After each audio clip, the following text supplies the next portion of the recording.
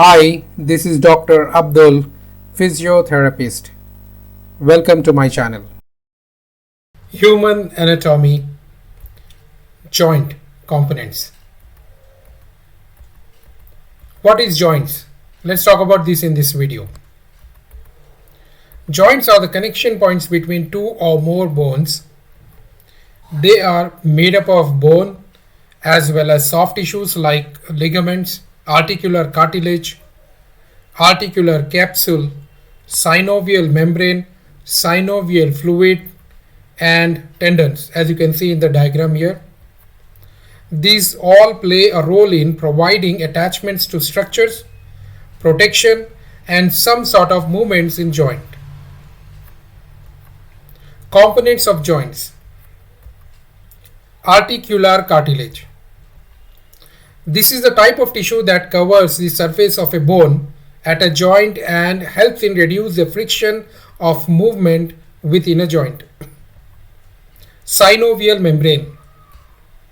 It lines the joint and seals it into a capsule, joint capsule. The synovial membrane secretes a clear sticky fluid called synovial fluid around the joint to lubricate it. Ligaments. It connects bones together and it is a strong, tough and elastic bands of connective tissue surround the joint to give support and limit the joint's movement. Tendons. It connects the muscles to bones and it is another type of tough connective tissue on each side of joint attached to a muscles that control movement of joint. Bursas. It's a fluid-filled sacs between bones, ligaments, and other nearby structures. They help in cushioning the friction in a joint. Synovial fluid. It's a clear, sticky fluid secreted by the synovial membrane, and this fluid cushions the ends of a bones and reduces friction during movement of our joints. Meniscus. It is a C-shaped piece of tough rubbery cartilage that increases the stability for femorotibial articulation and distribute axial load and also acts as a shock absorber. Intervertebral discs.